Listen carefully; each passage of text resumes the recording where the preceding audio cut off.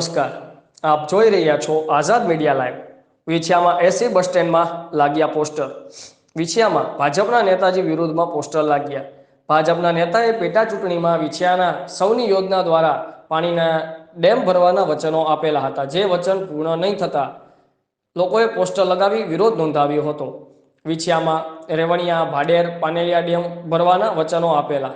ભાજપના નેતાએ પેટા ચૂંટણીમાં ડેમોમાં પાણી નહીં આપવું તો મત માંગવા નહીં આવવું એવું નિવેદન આપેલું હતું, જેને લઈને આજ દિન સુધી પાણીનું એક ટીપું આવેલું ન હોવાથી લોકોમાં રોષ। વિછિયાના ડેમોમાં વચન આપ્યા પ્રમાણે એક પણ ટીપું પાણીનું આવ્યું નથી। પોસ્ટરમાં લખ્યું છે કે ભાજપના ખોટા નેતાએ મત માંગવા આવવું નહીં।